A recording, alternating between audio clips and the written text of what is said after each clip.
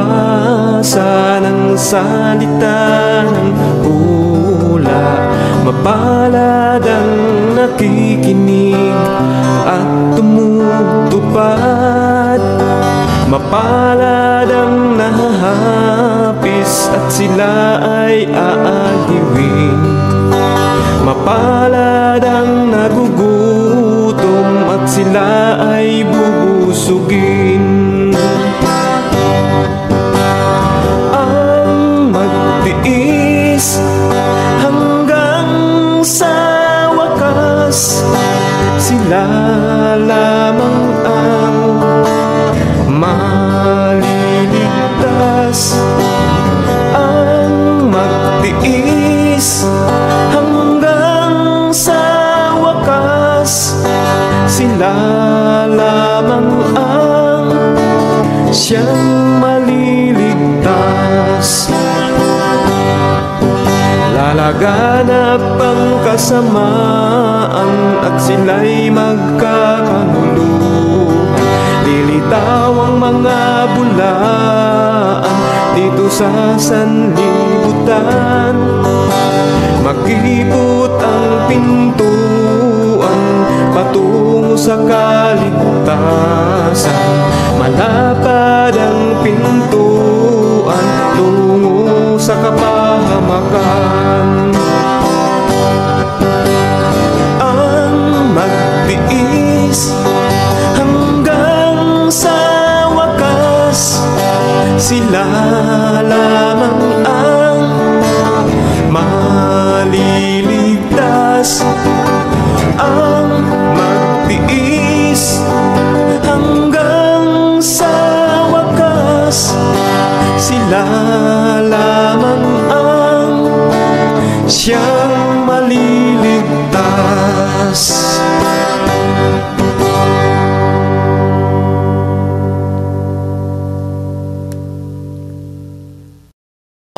Ngayon, pakinggan pa natin ang isa pang video.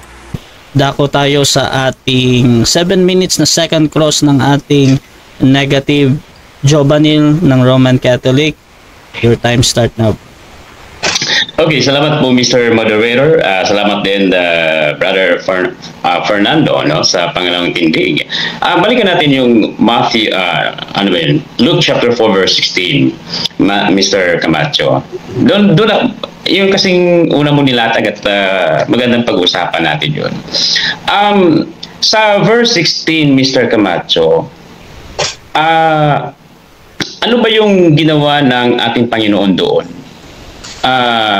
Sumamba ba si Jesus o nagbasa lang? Pareho po. Sa kanyang kalagayang tao, sumasamba siya sa Diyos. Ano ho? Sandali, sumasagot pa kapatid. Sa kanyang kalagayang tao, itinuturo niya kung papaano tratatuhin tama ang araw ng Sabat sapagkat siya ang Panginoon ng Sabat. Itinuturo niya kung papaano gagamitin sa pagsamba ang araw po ng Sabat. Yan po ang katotohanan niya, kaya siya nagkatawang tao. Kaya hindi siya lawbreaker. Siya po ay Sabat keeper. Maliwanag po yan ayon sa inyong mga lasalain, kaya tinawag siyang Sabadista. Sabi mo, sasagot mo ngayon lang, sumamba siya sa Diyos. So, in other words, ibig mo bang sabihin, Mr. Camacho, literal sumamba talaga sa Diyos si Kristo? Opo, yung kanyang kalagayang tao, yung po ang nagtuturo sa mga tao kung papaano tamang pagsamba sa Diyos Ama. Kasi sa panahon ng Bagong Tipan, ipinapakilala niya. Can I object, Mr. Moderator? Time stop. Okay, objection tayo. Pwede ba paki-avoid yung mga sarcastic na mapagtawa-tawa ng ating yes? Counter-objection, Mr. Counter-objection. Okay. Kasi okay lang tawa-tawa, wag lang marinig sa audio. Narinig ko sa audio. Okay. So, counter-objection, Mr. Moderator. Counter-objection. Sige. Hindi ko kasi maiwasan eh. Wag mo na lang pansin yun, Mr. Hindi, wag mo narinig sa audio. Wait lang. Tumawa ka. Wait lang, Bro Camacho. Okay na. Nakuha ko na sa'yo. Bro Jobanil, ulit ano yung counter-objection mo? ang sa akin kasi Mr. Moderator, hindi ko kasi maiwasan na tumaway Okay, at okay. magtawa. Okay. Kasi yun hindi naman kasi ako Mr. Okay na, bro. Moderator, hindi naman kasi ako Sige, bro. emotionally. Sige, okay na, bro. So, ganito. Okay. Ganito, mga kapatid. Sa rules ko talaga pag mga ganyan, anything na nadidistract yung kabilang panig, mga kapatid, ang gagawin ko lang talaga is to minimize that nakaka-distract, bro, Jobanil ba? So, Yeah. I hope maintindihan mo, bro. Kung Yes. sabi naman Sorry, ni Camacho, pwede naman basta mag-mute ka lang muna at hindi madidinig kasi nadidistract siya habang nagtatanong nga. So, bro Camacho, proceed ka sa tanong mo, bro. Tanong ba ako? Sabi ko. O, sige. Tanong. Okay. Ako na ba magtatanong na ako? Sumagot pa ba si Mr. Camacho? Teka, nalito din ako Ano pala? Kasi distracted talaga eh. Di ba? Okay. So, ganito, mga kapatid. Sige, nakatawarin. Okay. Dito tayo. Tanong at sagot. Si Jobanil pala yung nagtatanong dito. Bro Jobanil, pasok ka, bro, sa tanong mo na. Okay. Ulitin ko, Mr. Moderator, yung tanong ko. Sabi kasi ni Mr. Camacho, sumamba daw si Jesus sa Diyos sa loob. Literally ba talaga na sumamba si Panginoong Jesus doon? Sa Diyos? Okay, sagot. Ang ating Panginoon Kristo sa kanyang kalagayang tao, siya yung Panginoon ng Sabat, itinuturo niya kung papaano tratatuhin ng tama ang araw ng Sabat maging ang tamang paraan ng pagsamba sa Diyos. Sa panahon kasi ng bagong tipan, ang kanyang ipinapakilala ang Ama. At dahil diyan, kaya ipinapakita niya papaano sasambahin ng tama ang Ama. Sabi mo, sinamba ni Jesus ang kanyang Ama. Sa talata ba mababasa natin na sinamba ni Jesus ang kanyang Ama? Opo, sa 4:16. Kasi yung pangingili ng Sabat, yung po ay aplikable doon po sa kanyang, aplikable po yung sa lahat ng mga tao. At siya'y nakipisan, nakitulad sa mga tao. Kaya normal po ipakita sa kanya, can I object, Mr. Moderator? Time stop. Okay, objection again, bro Camacho. Yes, pwede bang avoid interruption na hintayin muna akong makatapos? Okay. Bro, nagsasalita ka nga, bro, nadidistract yung ating sumasagot, bro. Sorry, Mr. Moderator. Ganun lang ako talaga ako, napaganon lang ako talaga. Okay, pero meron talagang nadinig, bro. Ganito, bro. Yes. Para hindi tayo paulit-ulit, bro, Jobanil ba? So, i-reset ko ulit yung 20 seconds ni Camacho. 20 seconds ulit, bro, sa pagsagot. Proceed, bro. Opo, kaya nga ang ating Panginoon ay umakto sa kalagayang tao. Yan ay nakalagay naman sa Efeso 2, ay nagkatawang tao at kinuha niya yung pagiging alipin. Pilipos, thank you. At kinuha niya yung pagiging alipin. Next question. At dito makita Next natin. question. So, Mr. Camacho, yung sinabi mong sinamba ng Panginoong Hesus ang kanyang Ama na Diyos sa loob ng sinagoga, ito ba, kasi wala naman tayong mababasa, hindi mo naman talaga based lang sa mo lang yun. Ito ba self-interpretation mo lang, sariling unawa mo lang at dinagdagan mo yung salita ng Diyos? Hindi po. Kasi pumasok siya as a Sabbath keeper, kaya nga Sabadista ang tawag sa kanya eh. O sa pangingili ng Sabat o pagiging Sabbath keeper, nakapalo po doon ang pagsamba. Ang sumasamba po yung kanyang kalagayang tao, hindi po ang kanyang kalagayang Diyos. Kasi mayroong dual nature ang ating Panginoong Jesucristo. Kasi sabi doon sa Pilipos, so sa punto na ito, parang sinusubukan mong tama ba yung pagkakaintindi? Sinusubukan mong paghiwalayin yung pagkatao ni Kristo 100% at yung pagka-Diyos ng Panginoong Hesus? Hindi ko po dahil sa talata na ito. Talagang magkahiwalay po yan. Iba po ang time stop muna. Bro Camacho, medyo meron pa kasing hindi ko maintindihan kung tapos hindi ko rin mag-get kung sige. Wag ka masyadong mag-pause, bro, kasi sumasabay si Camacho na sumagot agad ba. Akala niya tapos ka na. At meron ka palang hinahabol na salita pa ba?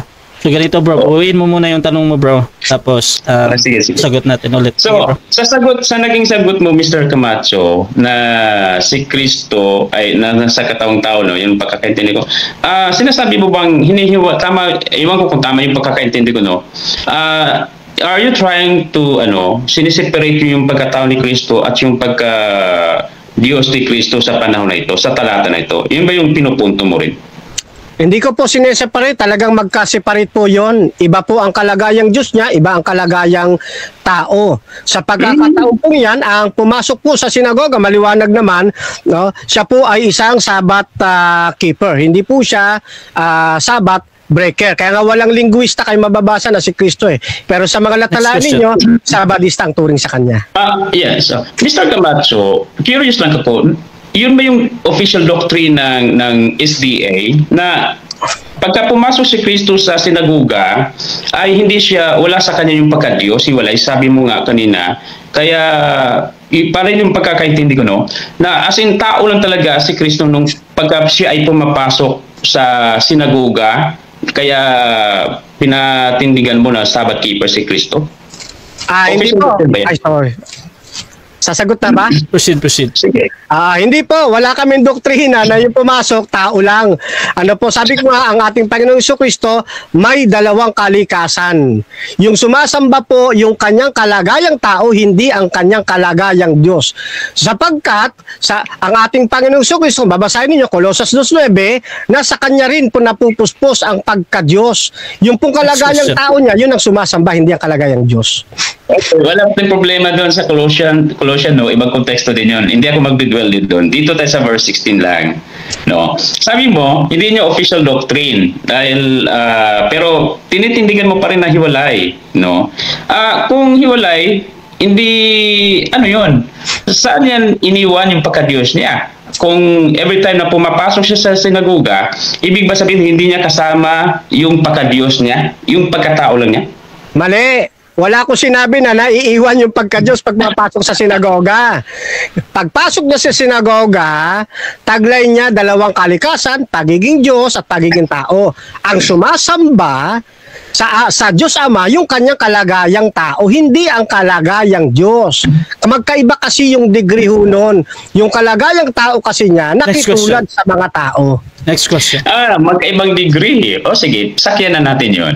Magkaibang degree. Saan natin mababasa sa Biblia na magkaibang degree yung dual nature ng Panginoong Hesus? Doon sa aklat ng Juan, ang Ama ay lalong dakila kaysa... Diba? Okay mga kapatid, 7 minutes time. So, dyan natatapos ang second cross ng ating negative mga kapatid. Ayan. So, napapansin niyo masyadong limited yung kanyang pagkaunawa at hindi niya pinakikinggan kung ano yung ating isinasagot. Basta, ang ginagawa lang niya, makapagtanong siya, tapos lilikutin niya ng kaunti para umayon yung sagot natin sa kagustuhan niya, which is hindi naman yun ang nangyayari. At gumagawa siya ng iba't ibang mga tactics para magulo tayo. No? Pero nanatili tayong nakatindig doon sa ating sinasampalatayanan. Ngayon, totoo ba na sa loob ng sinagoga ay sinasamba ng ating Panginoong Jesucristo ang Diyos Ama? Ayan. Take note, tandaan po natin, wala tayong sinasabi kailanman na kapag pumapasok ang ating Panginoong Jesucristo doon sa sinagoga, naiiwan ang kanyang kalagayang Diyos sa labas ng sinagoga. At ang pumapasok lang yung kalagayang tao niya sa sinagoga para yun ay sumamba sa Diyos Ama. Wala tayong sinasabing ganon at hindi natin doktrina ang ganon. Okay? Ang doktrina natin, ang ating Panginoon Jesucristo, pumapasok sa sinagoga magkasama ang kanyang kalagayang Diyos at ang kanyang kalagayang tao. Kaya lang, dahil nga ang ating Panginoon ay mayroong dual nature, ang sumasamba sa Ama, yun lang hong kanyang kalagayang tao at hindi po ang kalagayang Diyos. Ano po? Yan. Yun ang dapat nating maintindihan. At maintindihan din ng ating mga kaibigang nasa panig ng Roman Catholic Church. Yung kalagayang tao ng ating Panginoon, hindi iyon Diyos. Ha? At yung kalagayang Diyos ng ating Panginoon Kristo, hindi yung tao. Magkaiba ang kalagayang Diyos at ang kalagayang tao ng ating Panginoon. Magkaibang degree po yun. Yan. Diyan po lumabas yung salita nating degree. No? Isang panalitang deliberation para ipakita natin yung kaibahan ng kanyang kalagayang tao at ng kanyang kalagayang Diyos. Yan. Ano ang katunayan sa banal na kasulatan? Kinapos na kasi ng oras eh. Pero ngayon, ay isa-isa natin alang-alang sa inyo po na sumusubaybay. Diyan sa kaaklat ng Roma, Kapitulo 12, talata ay 1, mababasa po ninyo'y ganito. Kaya nga, mga kapatid, ipinamamanhi ko sa inyo alang-alang sa mga kahabagan ng Diyos na inyong iharap ang inyong makatawan na isang haing buhay, banal na kaaya-aya sa Diyos, na siya ninyong katampatang pagsamba. Paano daw po ihaharap ang ating katawan, ang ating sarili sa Diyos? Ihaharap daw natin ito, isang haing buhay, banal at kaaya-aya sa Diyos. Ito daw ang katampatang pagsamba. Tanong, ginagawa rin ba ito ng ating Panginoong Jesucristo? Inihaharap din ba niya ang kanyang katawan sa Ama bilang isang haing buhay, banal, na kaaya-aya sa Diyos Ama? Ginagawa rin ba niya ito? Yes or no? Of course, yes. Kapag ginagawa ito, ano tawag dito? Katampatang pagsamba. Wala tayong mababasa sa Biblia ng ating Panginoon. Hindi niya iniharap ang kanyang katawan sa Ama na isang haing buhay. Hindi niya iniharap na banal.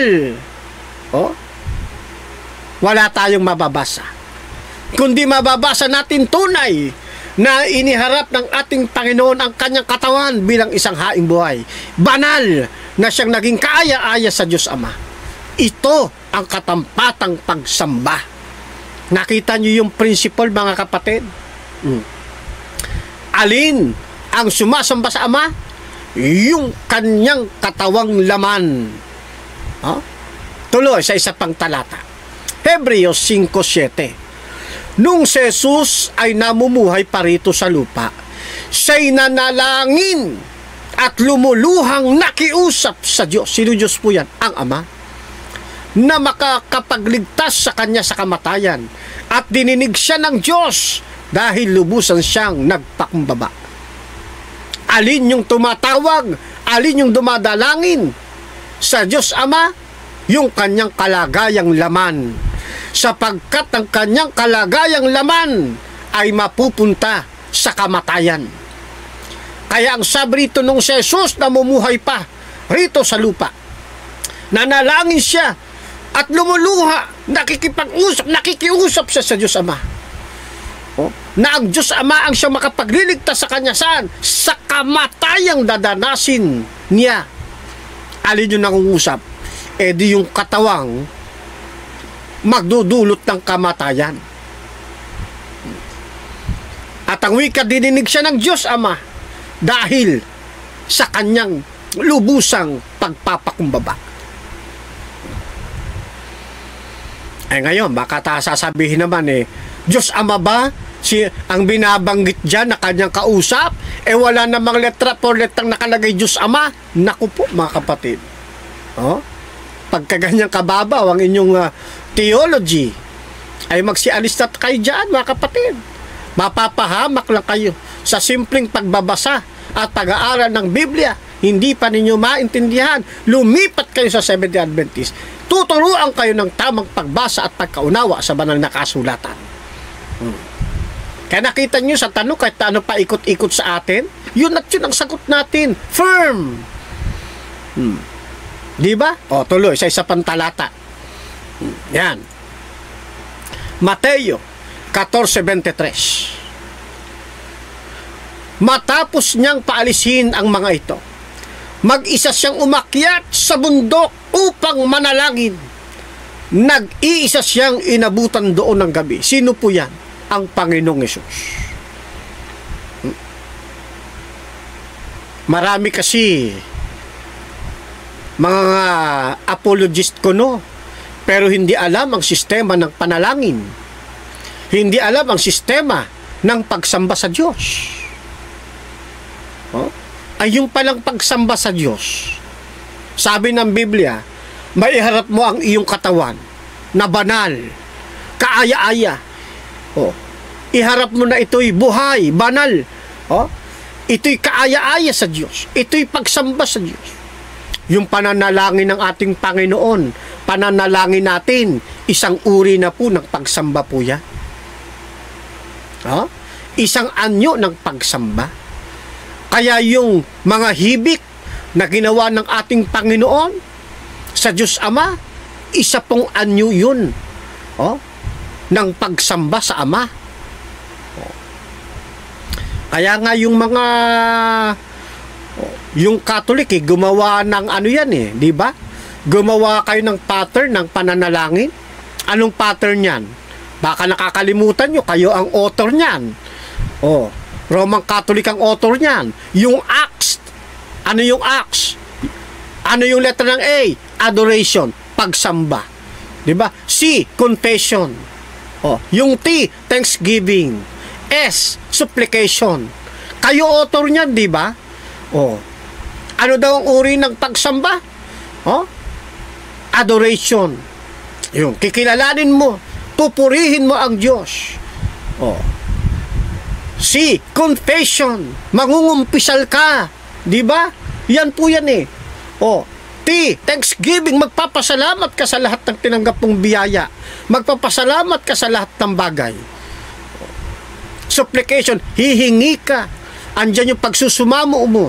Andyan yung pananalangin mo sa mga kahilingan. Di ba? Oh, yan po yan. Kaya yung Acts, di ba? Isang uri yan ng pagsamba kung papaano tayo mananalangin sa Diyos. Oh, kayo author, di nyo ina-apply. Oh, ay ating Panginoon, nanalangin. Ay, di isang uri ng pagsamba sa Ama. Yan. Ano pa? Sa 6:12 ng Lucas, nang panahong iyon, umakyat si Jesus sa isang bundok, magdamag siyang nanalangin sa Diyos. Yung bang panalangin ni isang uri ng pagsamba o hindi? Isang uri ng pagsamba. Alin ang dumadalangin? Yung kalagayang laman ng ating pong Panginoong Jesucristo. Kasi magdadanas yun ng kamatayan. Yun yung may pangamba. Yun yung mayroong takot. Ha? Yun yung mamamatay. Yan ang dumadalangin sa Ama. 1:25 ng Marcos. Madaling araw pa'y bumangon na si Jesus at nagpunta sa isang lugar na walang tao at doon nanalangin siya. Yun ang paulit-ulit siya sabi sa atin ng talata. Isang uri ng pagsamba sa Diyos Ama ang ipinakikita ng ating Panginoong Jesucristo sa iba't ibang mga talata ng banal na kasulatan. Dapat lamang maunawaan ng isang taong talagang nag-aaral ng Biblia. Kaya nga ating Panginoon mula maliit hanggang sa lumaki, panay pagpupuri sa Diyos, pagbibigay lugod sa mga tao. Kasi ang sabi ng Biblia, di ba? Kailangan ang katawan, i-offer mo ito sa Panginoong Diyos na buhay. Banal. Ito anya yung katampatang pagsamba. Nangyari ba sa ating Panginoong Hesus yun? Yes. Ano pa katunayan? Dito sa Lucas 2:40. Ang batay lumaking malusog puspos ng karunungan at kalugod-lugod sa Diyos. Sino po yung batang yan na lumaki ng malusog, na puspos ng karunungan at kalugod-lugod sa Diyos? Yes, ang ating Panginoong Jesucristo. Alin ang lumalaki? Alin yung lumaking malusog? Alin yung napuspos ng karunungan? Alin yung nagbigay ng kalugod-lugod sa Diyos? Yung katawang lupa, yung katawang laman, yung dumadalangin sa Ama. Yan po yan. Sapagkat yung kanyang kalagayang Diyos, hindi po yun lumalaki. Fix na yun. Hindi na kailangan puspusin yun ng karunungan, sapagkat marunong na yun. Yun na yung kinatataguan ng lahat ng kaalaman ng Diyos. Nakikita nyo mga kapatid? O ngayon, sumasamba ba yung katawang lupa ng ating Panginoong Jesucristo sa Diyos Ama? Yung bang katawan ng batang lumalaking malusog na siyang napuspos ng karunungan at nakakapagbigay lugod sa Diyos, hindi ba yan sumasamba sa Ama? Aba, kapag sasabihin ninyong hindi sumasamba sa Ama yung kalagayang tao ng ating Panginoong Jesucristo, talagang binulag na talaga kayo ng Diyos ng sanlibutan ito. Nagdudumilat ng katotohanan nasa harapan na natin. Ano pa kailangan ninyong gawin? Sampalatayanan na ninyo ang mga katotohanan ito, mga kababayan. Ngayon, balik tayo sa isa ninyong mga referensya ulit. Dito sa Catechism for Filipino Catholics, Jesus and the Sabbath, 909, sa página 220. Although all four Gospels record that Jesus faithfully observed the Sabbath. Ano daw po? Nakalagay daw, nakatala, nakarecord that Jesus faithfully. Siguro naman nakakaintindihan tayo dun sa salitang faithfully. That Jesus faithfully observed the Sabbath, attending synagogue services. Ano mga talata? Ayun, Matthew 4:23. Compare Mark 1:39, Luke 4:15, John 18:20. Napakalinaw mga kapatid. Napakalinaw. Ganon din yung binasa nating Tagalog kanina. Doon sa Jesus sa Sabat. Bagamat nakasulat sa 4 na Ebanghelyo ang pagkamasunurin na Jesus sa pagtupad ng Sabat, sa pagdalo sa mga pagsamba sa sinagoga. Tingnan Matthew 4:23, Mark 1:39, Luke 4:15, John 18:20. Aklat na po ninyo yan, mga kapatid. Aklat na po ninyo ito. Ano nga sabi ninyo doon sa paggamit natin ng mga referensya? Ito, may hamon siya, no? May hamon si Ronaldo, may hamon siya. I-refute nyo muna ang mga box ng ginagamit ng mga boss. Kapag napabulaan nyo ito, babalik daw ako. Ano? I-refute? Bakit namin i-refute yan? I-proof yan. Hindi ka ba nag-iisip? Huwag mo nga, tanda kung sino ka man nag-comment dyan sa tanda, huwag mo nga ipasok yung kaisipan mong mangmang sa amin. I-refute namin. Hindi kami katulad sa'yo na mag-iisip. I-ebidensya yan, bakit namin i-refute? I-ebidensya yan, bakit namin i-refute? I-ebidensya yan, bakit namin i-refute? I-ebidensya yan, bakit namin i-refute? Akala nila nakakapunto sila doon sa kanilang ginagawa, pero hindi nila napapansin sila rin ang nadidiin, di ba? Sila rin ang nadidiin eh.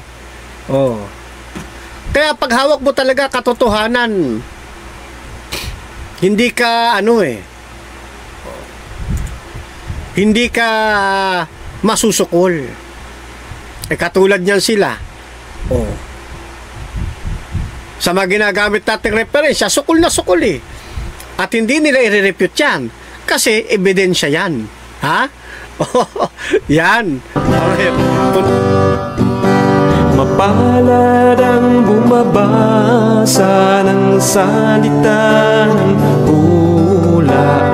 Mapalad ang nakikinig at tumutupad.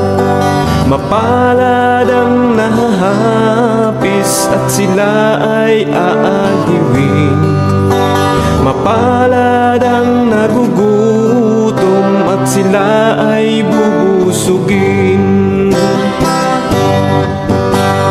Ang magtiis hanggang sa wakas, sila lamang ang maliligtas. Ang magtiis hanggang sa wakas, sila lamang ang siyang maliligtas. Lalaganap ang kasamaan at sila'y magkakanuluhan. Lilitaw ang mga bulaan dito sa sanlibutan. Makipot ang pintuan patungo sa kaligtasan. Malapad ang pintuan tungo sa kapahamakan. Ang magtiis hanggang sa wakas, sila lamang ang maliligtas.